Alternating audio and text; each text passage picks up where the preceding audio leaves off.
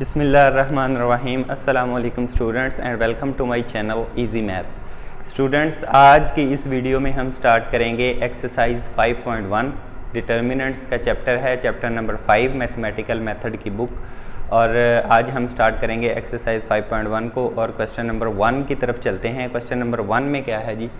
Question number 1 में वो कह रहा है, एक थ्योरेटिकल क्वेश्चन है। लेक्चर्स के क्वेश्चन मैंने आपको पहले बना दिए हैं। लेक्चर्स के जो कॉन्सेप्ट्स बेसिक और डेफिनेशंस हैं वो आप इससे पहले वाले लेक्चर में आप उसको देखें, उसमें समझें, उसके बाद फिर एक्सरसाइज को सॉल्व करना स्टार्ट करें। पहले क्वेश्चन में उसने क्या कहा है जी? Let M2 be the set of all 2x2 matrices. M2 एक सेट है जिसमें तमाम 2x2 यानी कि 2x2 के मैट्रिसेस हैं। वो कह रहा है कि सेटअप का ट्रांसफॉर्मेशन A से डिटर्मिनेंट ऑफ A, यानी कि एक ऐसी ट्रांसफॉर्मेशन कि हमने A to determinant of A setup करनी है और A किधर से लेने हैं हमने? वो उस 2x2 मैट्रिसेस के सेट्स में से लेने हैं। तो what will be the range of that mapping? First question ये है, इसका आंसर देना है। उसके बाद उसने पूछा है सेकंड में कि इज द मैपिंग 1-to-1, ये मैपिंग 1-1 है कि नहीं। फर्स्ट ऑफ ऑल तो हम देखते हैं कि आप सबसे पहले तो ये है कि ये मैपिंग रेंज इसकी क्या होगी, वो डिपेंड करता है उसकी इंट्रीज पर कि उसकी इंट्रीज क्या होंगी। उसकी इंट्रीज रियल हैं, उसकी इंट्रीज कॉम्प्लेक्स हैं, उसकी इंट्रीज किस तरह की हैं, वो उस पर डिपेंड करता है। तो हमने एक लेट कर लिया कि F एक मैपिंग, ये उसने मैपिंग दी थी, इसको F लेट कर लिया। ये एक मैपिंग है कि A से लेके डिटर्मिनेंट ऑफ A तक जाती है, यानी कि A मैट्रिक्स हम लेते हैं और डिटर्मिनेंट ऑफ A हमारे पास आ जाता है, उसको फाइंड आउट कर लेते हैं। तो for all A belong to M2, A जो है वो M2 में से लेने हैं हमने। तो ये मैपिंग इस तरह से डिफाइंड होती है कि A पर अगर ये मैपिंग फंक्शन अप्लाई हो तो डिटर्मिनेंट ऑफ A आ जाता है, यानी कि ये डिटर्मिनेंट ऑफ A का है। इसमें ये होगा here if the field of the members M2 जो है हमारे पास सेट ऑफ ऑल मैट्रिसेस हैं 2x2 के, उसकी अगर इंट्रीज जो हैं वो फील्ड कहलाती हैं। तो उस फील्ड को देखना है कि वो फील्ड कहाँ से है। तो अगर वो field if the field of all members of M2 की जो फील्ड है वो कॉम्प्लेक्स नंबर है C, ये मैंने बोल्ड करके लिखा है, इसका मतलब होता है कॉम्प्लेक्स नंबर। तो अगर वो C में से हैं तो रेंज भी उसकी C में से होगी। Then range of the F will be C, यानी कि उसका रेंज होती है आने वाला आंसर, ये वाला जो आने वाला आंसर होता है इधर, ये जो होती है ना एरो के बाद वाला इधर से का जो इमेज आने हैं वो होती है रेंज। तो वो रेंज क्या आएगी? वो कॉम्प्लेक्स नंबर आएगी अगर उसकी इंट्रीज किधर से हैं? कॉम्प्लेक्स नंबर में से हैं। अब हमें ये पता है कि कॉम्प्लेक्स नंबर बड़ा सेट होता है, रियल नंबर उससे छोटा सेट होता है। रियल नंबर जो है वो कॉम्प्लेक्स नंबर का ही सबसेट होता है। तो सिंस R ये रियल नंबर है, is the subset of C यानी कि कॉम्प्लेक्स नंबर्स का। दस if all the entries of the M2 is taken from R, पहले किस में से ली थी? C, क्योंकि R जो है वो C का ही सबसेट होता है। तो अगर हम R में से लेंगे तो उसकी रेंज भी उस मैपिंग की R में से होगी। ये फर्स्ट क्वेश्चन का आंसर आ गया आपका, यानी कि डिटर्मिनेंट ऑफ A का आंसर हमेशा रियल नंबर आएगा अगर उसकी इंट्रीज रियल होंगी। डिटर्मिनेंट ऑफ A का आंसर हमेशा कॉम्प्लेक्स नंबर आएगा अगर उसकी जो है वो इंट्रीज कॉम्प्लेक्स नंबर होंगी। सेकंड क्वेश्चन में उसने पूछा है कि क्या ये वाली मैपिंग 1-1 है? 1-1 मैपिंग की पहले मैं आपको डेफिनेशन बता दूं, आपने पढ़ा भी हुआ है पहले। 1-1 मैपिंग ये होती है कि अगर एक मैपिंग हमारे पास है F(x) से लेके y तक मैप कर रही है वो, तो इज अ मैपिंग 1-1 तब होगी जब तमाम x में से A B कोई भी दो मेंबर्स उठा लें, वो अगर इक्वल हों तो उनकी इमेज भी इक्वल होनी चाहिए। अगर वो इक्वल हों तो उनकी इमेज भी इक्वल आ जाए, तब ये वाली जो मैपिंग है उसको 1-1 मैपिंग कहते हैं। लेकिन इस क्वेश्चन में, इस सिचुएशन में हमारे पास ये वाली नहीं है। द मैपिंग F, ये वाली जो मैपिंग F है ये 1-1 कैन नॉट बी 1-1 बिकॉज अगर A B दो मैट्रिक्स इस M2 में से ले लें, इधर से ले लें, तो हमारे पास A is equal to B नहीं होगा, लेकिन डिटर्मिनेंट उनका इक्वल आ सकता है। एलिमेंट्स इक्वल नहीं है, उनकी मैपिंग इक्वल आ गई। मैपिंग क्या थी? ये थी ना, इज इक्वल टू के दूसरी तरफ वाली मैपिंग होती है। तो मैपिंग इक्वल आ गई, डिटर्मिनेंट उनके एलिमेंट्स इक्वल नहीं आए, तो इट मींस दैट कि ये वाली 1-1 मैपिंग नहीं बन सकती। इसको मैं प्रूफ करूंगा एक एग्जांपल के साथ। अगर हमारे पास ये दो मैट्रिसेस हैं A और B, हमने देख रहे हैं कि ये दोनों मैट्रिक्स आपस में इक्वल नहीं है, तो हम ये प्रूफ कर देंगे कि इनका डिटर्मिनेंट इक्वल है। तो डिटर्मिनेंट फाइंड आउट करते हैं। डिटर्मिनेंट ऑफ A वो क्या होगा 5 4 7 8 कैसे आएगा 40 minus 28 is equal to 12। Determinant of B वो क्या होगा 6 10 3 7 is equal to and minus 30 is equal to 12। हमने देखा this implies determinant of A और डिटर्मिनेंट ऑफ बी वो तो इक्वल आ गए, बट ए और बी आपस में इक्वल नहीं है। सो ये वाली मैपिंग 1 1 नहीं है। तो इस क्वेश्चन को हमने सॉल्व कर लिया। नेक्स्ट क्वेश्चन की तरफ चलते हैं जी। नेक्स्ट क्वेश्चन में वो कह रहा है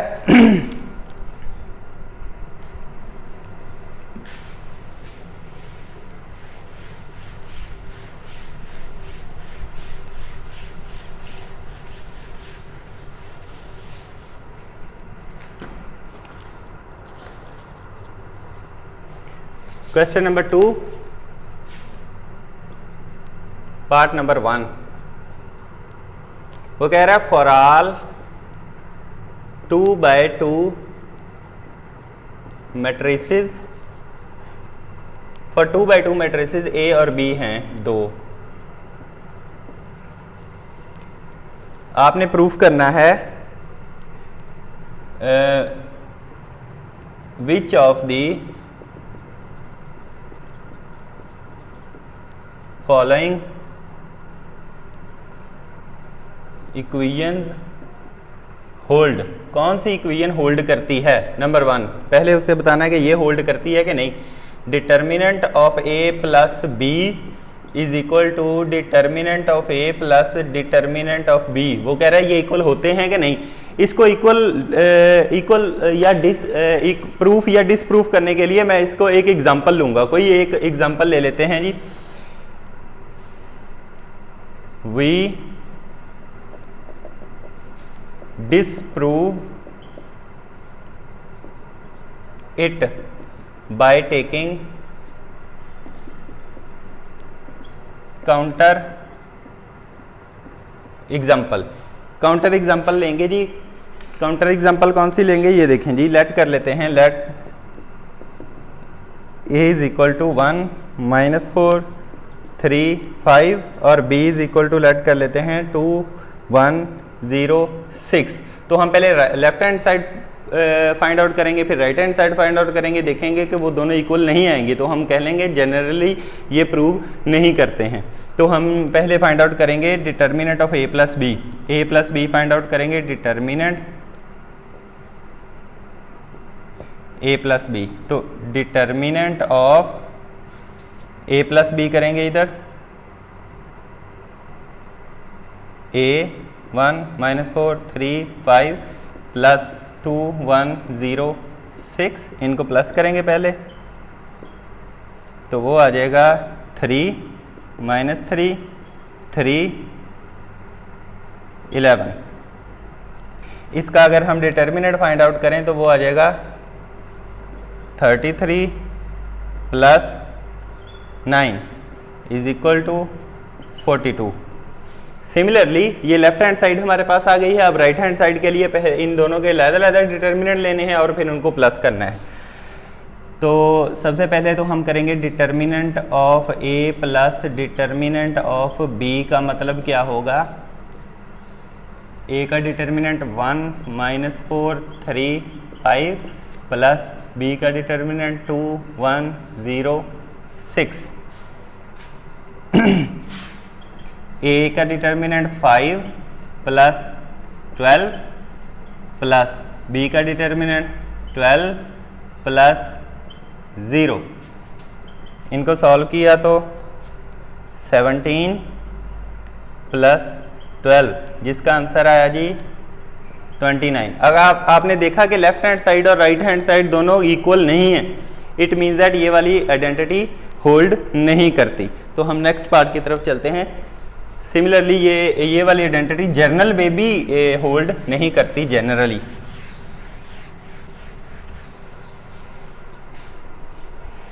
सेकंड पार्ट हमारा इसी क्वेश्चन का है। सेकंड पार्ट कह रहा है कि determinant of A plus B whole square is equal to determinant of A plus B इस तरह स्क्वायर के इक्वल होता है या नहीं।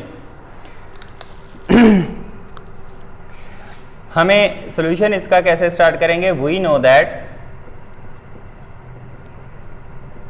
प्रोडक्ट थ्योरम क्या होता है। मैंने पिछले लेक्चर में आपको बताया कि डिटर्मिनेंट का प्रोडक्ट थ्योरम क्या होता था कि अगर determinant x multiplied by y का है तो वो डिटर्मिनेंट अलग-अलग हो जाएगा, determinant of x into determinant of y। ये इसका प्रोडक्ट थ्योरम होता है, इसी को हम इधर यूज करेंगे। वो कैसे करेंगे, नाउ लेफ्ट हैंड साइड क्या है जी, वो है जी determinant a plus B whole square. तो इसको मैं ऐसे लिख सकता हूँ, determinant of a plus B into a plus B, क्योंकि स्क्वायर है तो वो दो मरतबा लिखा जा सकता है। तो डिटर्मिनेंट की प्रोडक्ट वाले थ्योरम से हम क्या कह सकते हैं, determinant of a plus B into determinant of a plus B अलग हो सकता है। अब दो चीजें आपस में मल्टीप्लाई हो रही हैं तो इसको मैं ऐसे नहीं लिख सकता, determinant of a plus B का होल स्क्वायर, और यही राइट हैंड साइड है। ठीक है जी, ये भी हमने प्रूफ कर दिया, left hand side is equal to right hand side. Question number 3 जो है, इसका पार्ट नंबर जो 3 है ना, वो भी आपने एक काउंटर एग्जांपल, यही वाली एग्जांपल अगर आप ले लें ना, यही वाली एग्जांपल, और पार्ट नंबर 3 को left hand side find out करें और right hand side find out करें तो वो इक्वल नहीं आएंगी, तो वो भी डिसप्रूफ आप कर सकते हैं। तो चलें अब क्वेश्चन नंबर 3 की तरफ चलते हैं, जिसमें आपने कुछ डिटर्मिनेंट्स फाइंड आउट करने हैं। कुछ लेंथी डिटर्मिनेंट्स होंगे और कुछ छोटे होंगे, तो वो उनको मैं आपको बताऊंगा कि आसान तरीका क्या होता है किसी डिटर्मिनेंट, लेंथी डिटर्मिनेंट को फाइंड आउट करने का। तो उसके लिए आपको रो ऑपरेशन लगाना आना चाहिए। जिसको रो ऑपरेशन लगाना आता होगा वो लेंथी डिटर्मिनेंट्स को भी आसान तरीके से फाइंड आउट कर सकता है। नहीं जी, क्वेश्चन नंबर 3, क्वेश्चन नंबर 3 में वो कह रहा है find the value of each of the following determinants. In determinants की वैल्यूज फाइंड आउट करें। 3 डिटर्मिनेंट दिए हुए हैं, 3 डिटर्मिनेंट्स में से मैं क्वेश्चन पार्ट नंबर 1 कर देता हूं। पार्ट नंबर 1 है जी, वो कह रहा है इसको डिटर्मिनेंट को फाइंड आउट करें। 1 0 2 3 4 5 5 6 7। मैंने लेक्चर्स वाले चैप्टर में आपको बताया था कि कोई भी डिटर्मिनेंट हो ऑर्डर n/n तक, 2/2 3/3 4/4 5/5 6/6, उसका आप कोफैक्टर्स की मदद से डिटर्मिनेंट फाइंड आउट कर सकते हैं। उसका क्या फार्मूला मैंने बताया था कि अगर आपने इस रो से एक्सपेंड करना है, इसका मतलब है पहला एलिमेंट इनटू उसका कोफैक्टर प्लस इसका एलिमेंट प्लस इनटू उसका कोफैक्टर प्लस इसका एलिमेंट मल्टीप्लाइड बाय उसका कोफैक्टर, जितने हैं उसको उस रो के साथ उसको आप एक्सपेंड कर सकते हैं। ये तो 3/3 के मैट्रिक्स में आप इस तरीके से कर सकते हैं, लेकिन अगर 4/4 5/5 का हो तो वो बहुत ज़्यादा लेंथी प्रोसीजर हो जाता है।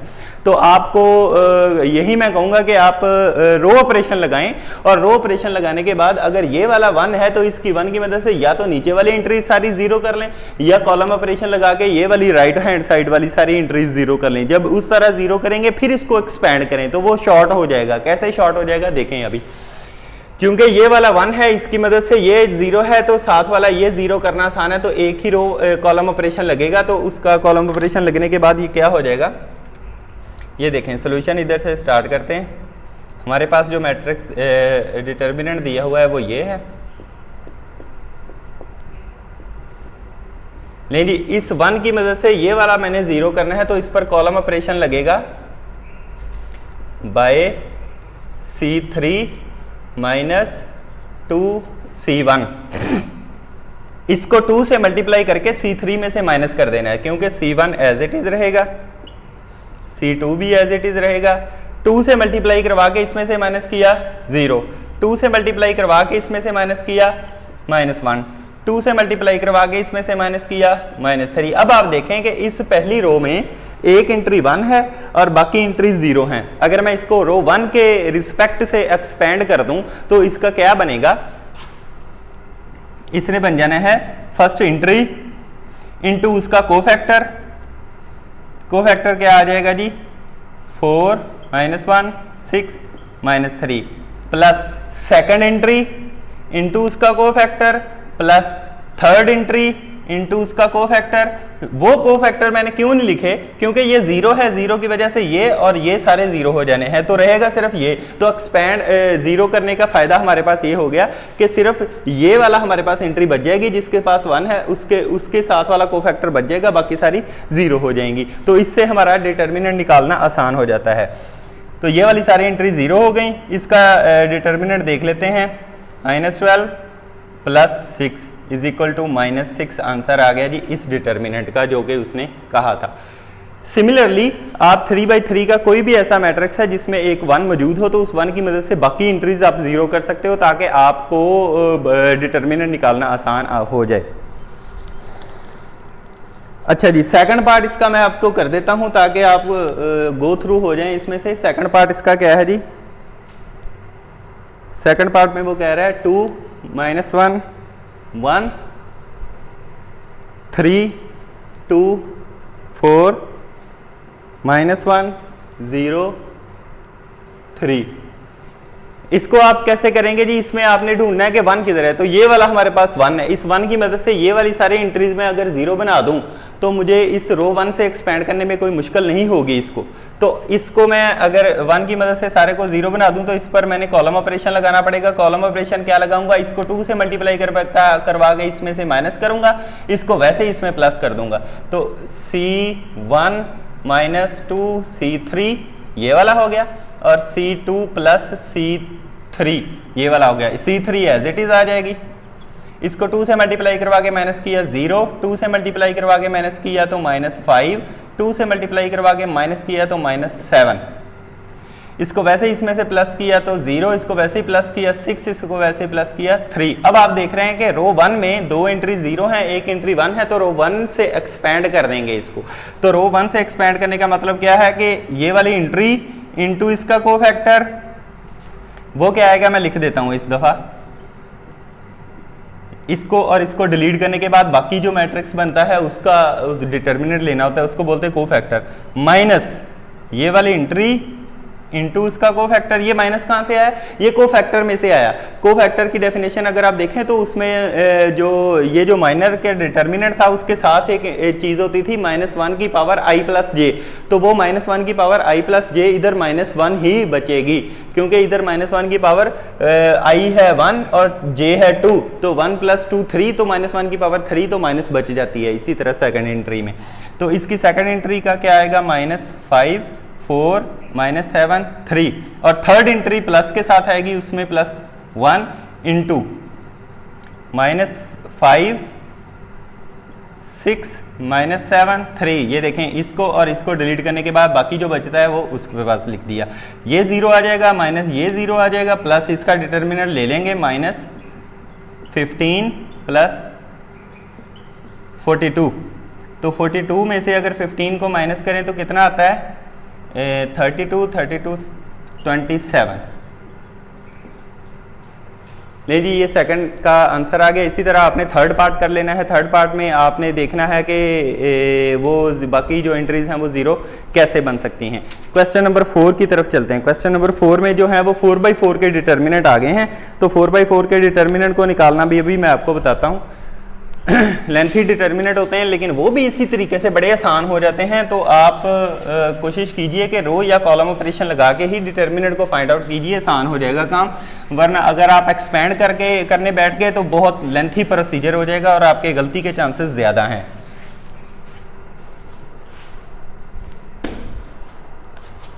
क्वेश्चन नंबर 4,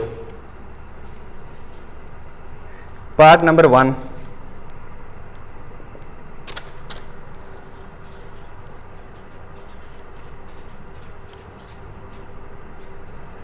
हाँ जी, डिटर्मिनेंट दिया हुआ है उसने 2 3 -2 4 7 4 -3 10 3 2 3 4 -2 4 0 5।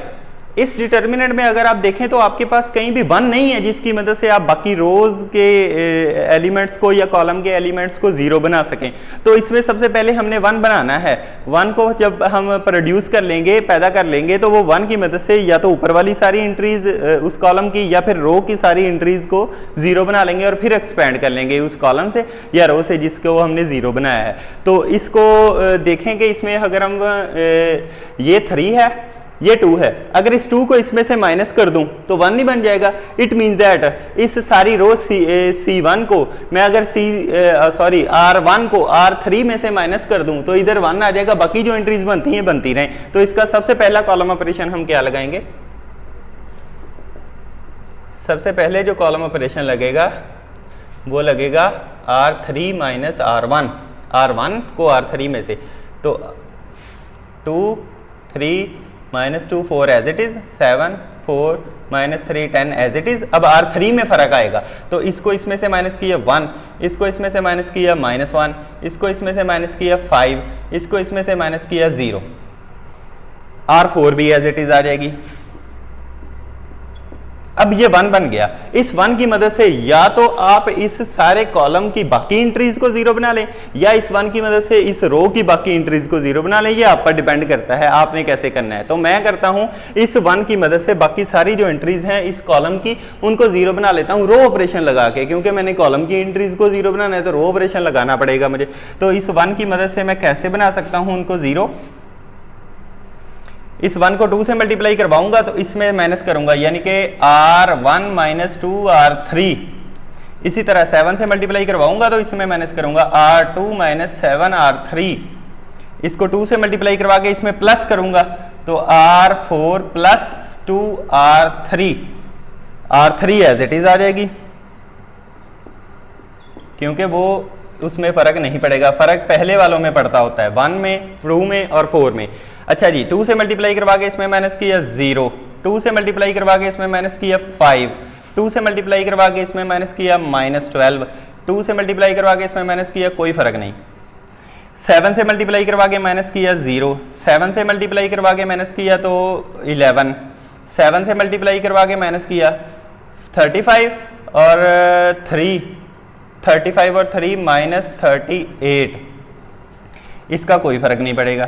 इसी तरह इसको 2 से मल्टीप्लाई करवा के प्लस किया 0, 2 से मल्टीप्लाई करवा के प्लस किया 2, 2 से मल्टीप्लाई करवा के प्लस किया 10, 2 से मल्टीप्लाई करवा के प्लस किया कोई फर्क नहीं। लें जी, ये हमारे पास बन गया एक डिटर्मिनेंट जिसमें ये वाली सारी कॉलम में एक एंट्री 1 है और बाकी एंट्री 0 है। अब इसको एक्सपेंड करेंगे with respect to C1, column 1 से रिस्पेक्ट हम इसको एक्सपेंड कर लेंगे। मैंने आपको बताया था कि किसी भी कॉलम या किसी भी रो के तहत आप इसको एक्सपेंड कर सकते हैं। अगर C1 के करना है तो इसका मतलब वो एंट्री इनटू उसका कोफैक्टर प्लस अगली एंट्री इसका कोफैक्टर प्लस अगली एंट्री उसका कोफैक्टर। तो इसको अगर एक्सपेंड कर देंगे तो ये आ जाना है पहली एंट्री इसका कोफैक्टर माइनस, क्योंकि अगले कोफैक्टर के साथ माइनस आएगा, अगली एंट्री उसका cofactor plus 1 cofactor minus 0 into उसका कोफैक्टर। क्योंकि इनके जो डिटर्मिनेंट के अंदर जो चीजें आएंगी वो मैं नहीं लिखूंगा जिनके साथ 0 हैं, क्योंकि उन्होंने 0 ही हो जाना है। बेसिकली मैं लिखूंगा किसे? इसे लिखूंगा, थर्ड वाली को। तो थर्ड वाली का डिटर्मिनेंट ये कैसे लिखते हैं कोफैक्टर का? इस रो और इस कॉलम को डिलीट करने के बाद बाकी जो बचती हैं, तो इस रो को डिलीट करने के बाद -5 -12 और 4 और इसी तरह 11 -38 और 10 और इसी तरह 2 10 और 5। लेकिन ये बच जाती हैं, बाकी ये सारी एंट्रीज इन्होंने हो जाना है 0। तो इसको मैं क्यों ना मिटा दूं, क्योंकि इसने 0 हो जाना है। ये देखें बचेगी क्या? सिर्फ ये वाली एंट्री। तो हमारे पास ये बच गया 5 -12 4 11 -38 10 2 10 5। अच्छा, अब ये एक 3/3 का डिटर्मिनेंट आ गया। 3/3 का डिटर्मिनेंट हम इससे पिछले क्वेश्चन 3 में पढ़ के आए हैं कि उस पर भी रो ऑपरेशन लगा सकते हैं और उसको भी बड़ा सिंपल तरीके से आप सॉल्व कर सकते हैं। तो मैं क्या करूं कि यहाँ पर मुझे 1 कहीं नहीं नजर नहीं आ रहा, तो 1 बनाने के लिए मैं इसको क्यों ना 2 से मल्टीप्लाई करवा दूं, वो हो जाएगा 4। तो 4 को अगर इसमें से माइनस कर दूं तो यहाँ बन जाएगा 1। उस 1 की मदद से बाकी एंट्रीज को 0 बना के अगर मैं उसको एक्सपेंड कर लूं तो मुझे डिटर्मिनेंट का आंसर मिल जाएगा। तो इस पर फिर दोबारा रो ऑपरेशन लगा देते हैं जी। R1 - 2 R3, 2 से मल्टीप्लाई करवा के इसमें से माइनस किया 1, 2 से मल्टीप्लाई करवा के इसमें से माइनस किया -32, 2 से मल्टीप्लाई करवा के इसमें से माइनस किया तो -6। इसी तरह ये एज इट इज आ जाएगी।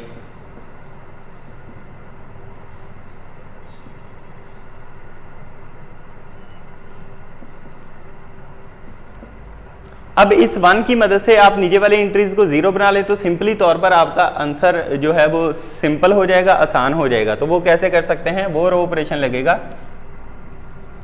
R2 - 11 R1, R3 - 2 R1, R1 as it is आ जाएगी। इसको 11 से मल्टीप्लाई करवा के माइनस किया 0। अब इसको 11 से मल्टीप्लाई करवा के इसमें से माइनस करना है, वो थोड़ा लेंथी प्रोसीजर है, तो उस लेंथी प्रोसीजर को आपने देख लेना है क्या है। अभी मेरे पास वो नहीं है, तो इसका आंसर आपके पास जो आ जाएगा -286।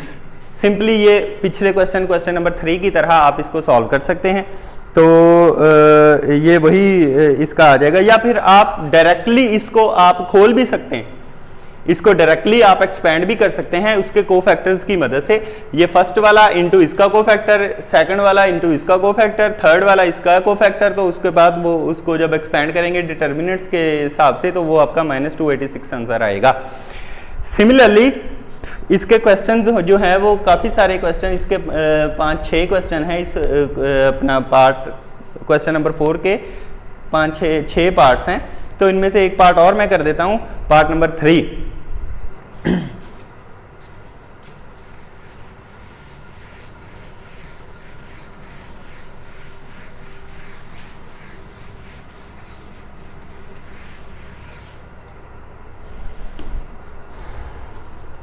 पार्ट नंबर 3 में क्या है जी, पार्ट नंबर 3 में उसने डिटर्मिनेंट दिया हुआ है जी 1 - 2 3 -4 0 1 -1 1 1 3 0 -3 0 -7 3 1, ये डिटर्मिनेंट दिया हुआ है जी उसने। इस डिटर्मिनेंट में अगर आप देखें तो इसने ये 1 हमारे पास मौजूद है, इसकी मदद से नीचे वाली तमाम एंट्रीज को 0 बना लेंगे और उसको फिर एक्सपेंड कर देंगे, क्योंकि इसमें नीचे वाली 2 एंट्रीज ऑलरेडी 0 बनी हुई हैं, तो एक एंट्री को 0 बनाना पड़ेगा। तो उसके लिए रो ऑपरेशन लगा देते हैं। रो ऑपरेशन लगाने के बाद वो सारी एंट्री 0 बन जाएंगी। तो R3 - R1, ये R3 है ना, इसको इसमें से माइनस कर देंगे तो ऑटोमेटिकली ये 0 बन जाएगा। R1 एज इट इज आ जाएगी, R2 भी एज इट इज आ जाएगी। इसको इसमें से माइनस किया 0, इसको इसमें से माइनस किया 5, इसको इसमें से माइनस किया -3, इसको इसमें से माइनस किया तो 1, ये एज इट इज आ जाएगी। अब देखें ये सारी एंट्रीज में से एक एंट्री 1 है, बाकी एंट्री 0 है, तो इसको कॉलम 1 के रिस्पेक्ट से एक्सपेंड कर देंगे। तो इधर लिखते होते हैं, जब कॉलम 1 के रिस्पेक्ट से एक्सपेंड कर देंगे तो सिर्फ ये बच जाएगा, गौर कीजिएगा, बाकी एंट्री 0 हो जाएंगी। ये वाली और ये वाली एंट्री जब छोड़ी, ये first entry 1 into 1 -1 1 5 -3 1 -7 3 1 plus minus अगली एंट्री 0, फिर आगे प्लस अगली एंट्री 0, फिर माइनस अगली एंट्री 0। ठीक है जी, क्योंकि 0 है तो उसके साथ डिटर्मिनेंट से लिखने का फायदा कोई नहीं है, जो मर्जी डिटर्मिनेंट आ जाए तो उसने 0 ही आना है। तो इसके लिखेंगे एक्सपेंडिंग बाय C1 के रिस्पेक्ट से एक्सपेंड किया इसको। तो इस पर भी आप अब ये वाला जो डिटर्मिनेंट बच गया है हमारे पास, ये सिर्फ ये बच जाएगा -1 1 5 -3 1 -7 3 1। इस डिटर्मिनेंट को भी आप उस 3/3 मैट्रिक्स 3/3 का डिटर्मिनेंट आ गया, आप चाहें तो इस 1 की मदद से नीचे वाली एंट्रीज को 0 बना के आप उसका डिटर्मिनेंट फाइंड आउट कर दें, या डायरेक्टली इसी तरीके से आप इसको एक्सपेंड कर लें, ये आप पर डिपेंड करता है। तो मैं इसको डायरेक्टली एक्सपेंड कर देता हूँ, इसको जब डायरेक्ट, ताकि आपको डायरेक्टली एक्सपेंड करके भी इसका आंसर आना चाहिए। तो 1 एज इट इज, बाकी डिटर्मिनेंट आ जाएगा किसका, -3 1 3 1 माइनस, अगली एंट्री के साथ माइनस आएगा तो ये 5 एज इट इज।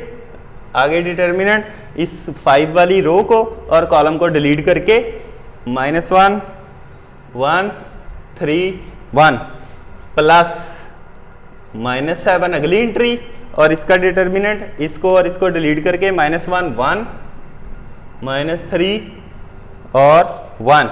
चलें जी, इसको अब हम करते हैं सॉल्व।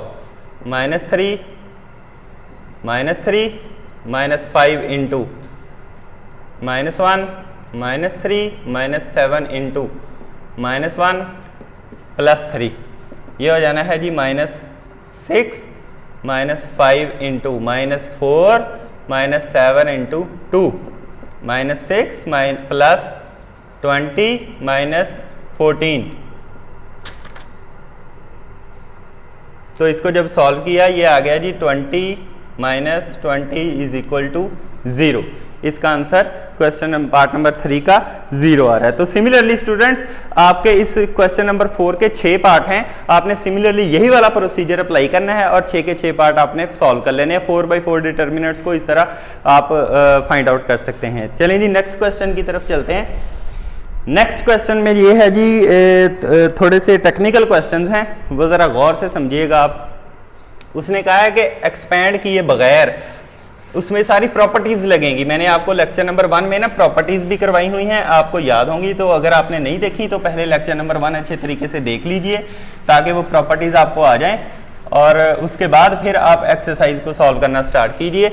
ये क्वेश्चन आपके समझ में फिर आएंगे। क्वेश्चन नंबर 5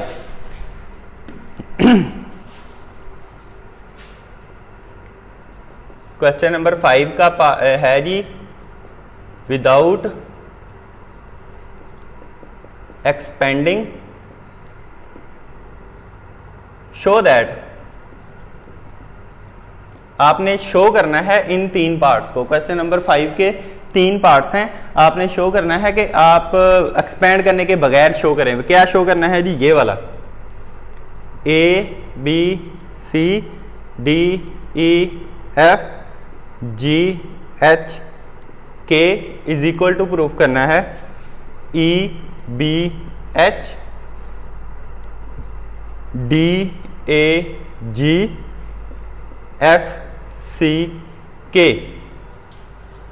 ठीक है जी, तो इसको प्रूफ करने के लिए पहले लेफ्ट हैंड साइड ले लेते हैं। Solution left hand side ABCDEFGHK। तो मैंने आपको एक और प्रॉपर्टी इधर मैं दोबारा बता देता हूं कि अगर हम डिटर्मिनेंट A हमारे पास है और डिटर्मिनेंट का A का ट्रांसपोज अगर ले लें तो वो इसी डिटर्मिनेंट के इक्वल आता है। यानी कि A का डिटर्मिनेंट ले लें या A के ट्रांसपोज का डिटर्मिनेंट ले लें तो दोनों इक्वल आते हैं, कोई फर्क नहीं पड़ता। यानी कि हम किसी डिटर्मिनेंट का ट्रांसपोज ले सकते हैं। तो इसका अगर मैं ट्रांसपोज ले लूं तो ट्रांसपोज क्या आएगा, ट्रांसपोज आपको पता है कि रोज को कॉलम्स में चेंज कर दें तो ABCDEFGHK बाय टेकिंग ट्रांसपोज। ये इधर इसकी वजह लिखनी है, रीजन लिखनी है हर एक स्टेप के साथ। तो इसका टेकिंग ट्रांसपोज हमने ये कर लिया। अब हम आप जानते हैं, मैंने आपको उस प्रॉपर्टीज में ये भी बताया कि अगर 2 रोज को आपस में इंटरचेंज करना है तो एक माइनस का साइन बाहर आ जाएगा। तो मैं इसको R1 और R2 को इंटरचेंज करने लगा हूं। तो यहां पर लिखूंगा R12 का मतलब होता है R को 1 को और 2 को इंटरचेंज करना। तो यहां आ जाएगा BEH और ये R1 जो है वो 2 की जगह पे चली जाएगी G और ये C F K as it is, और ये माइनस का साइन एक बाहर आ गया। ये क्यों आया? क्योंकि R1 को R2 से हमने इंटरचेंज करवाया। तो नेक्स्ट स्टेप में हम क्या करेंगे? नेक्स्ट स्टेप में हम ये करेंगे कि ये जो है C1 उसको C2 से इंटरचेंज कर देंगे। C1 को जब C2 से इंटरचेंज किया बाय C12, C इधर आ जाएगा E D F, ये C2 जो है वो 1 की जगह चला गया और 1 जो है वो 2 की जगह आ जाएगा। B A C, C3 as it is आ जाएगा। G K, ये देखें एक माइनस जो है वो पहले से मौजूद थी, ये वाली एक इन को करने से, ये जो C12 किया उसको करने से माइनस एक बाहर आई है। क्लियर हो गया? तो वो माइनस माइनस क्या हो जाएगा? प्लस। तो हमारे पास आंसर क्या आ जाएगा? ये वाला E B H D A G F C K, यही हमारी राइट हैंड साइड है। आपने स्टूडेंट्स देखा कि हमने एक्सपैंड किए बगैर डिटर्मिनेंट्स की प्रॉपर्टीज लगाई और लेफ्ट हैंड साइड को राइट हैंड साइड के इक्वल प्रूफ कर दिया। नेक्स्ट जो हमारा क्वेश्चन है वो भी इसी तरीके से है। वो कह रहा है विदाउट एक्सपेंडिंग आपने शो करना है कि ये इक्वल टू 0 है। तो इसमें भी डिटर्मिनेंट्स की प्रॉपर्टीज लगेंगी। डिटर्मिनेंट्स की प्रॉपर्टीज को अच्छे तरीके से आपको करना पड़ेगा।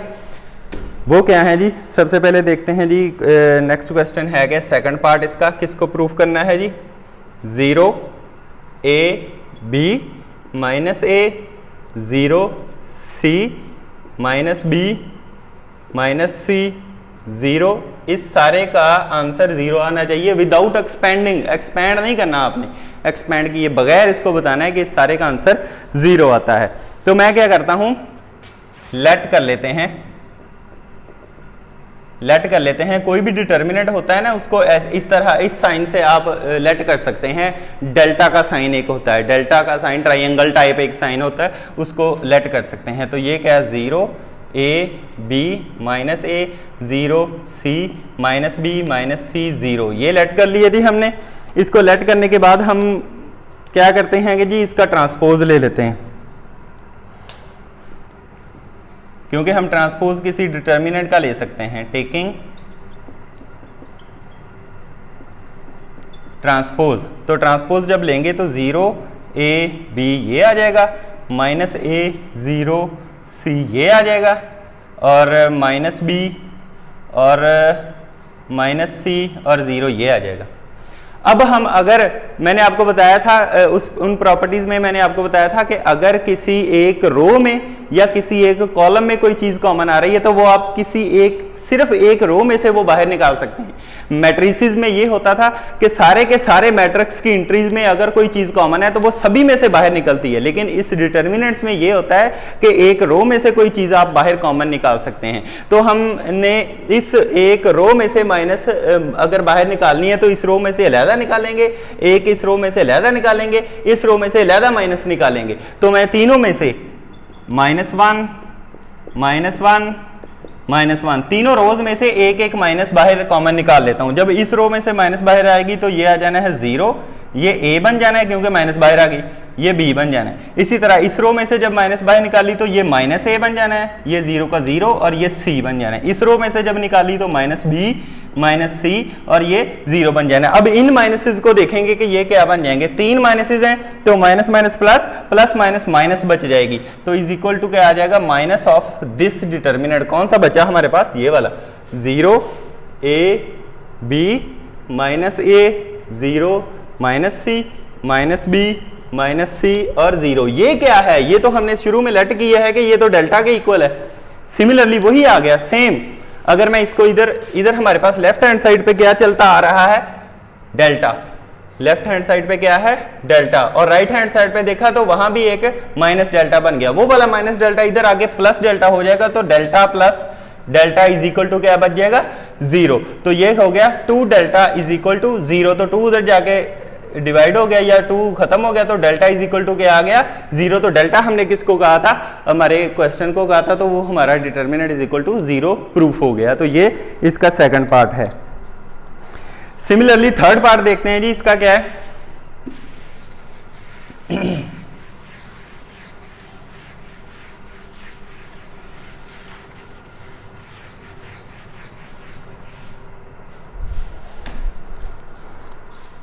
क्वेश्चन नंबर 5 पार्ट नंबर 3 वो कह रहे हैं प्रूफ करें a plus B C 1 b plus C a 1 c plus a b 1 इसको 0 प्रूफ करें।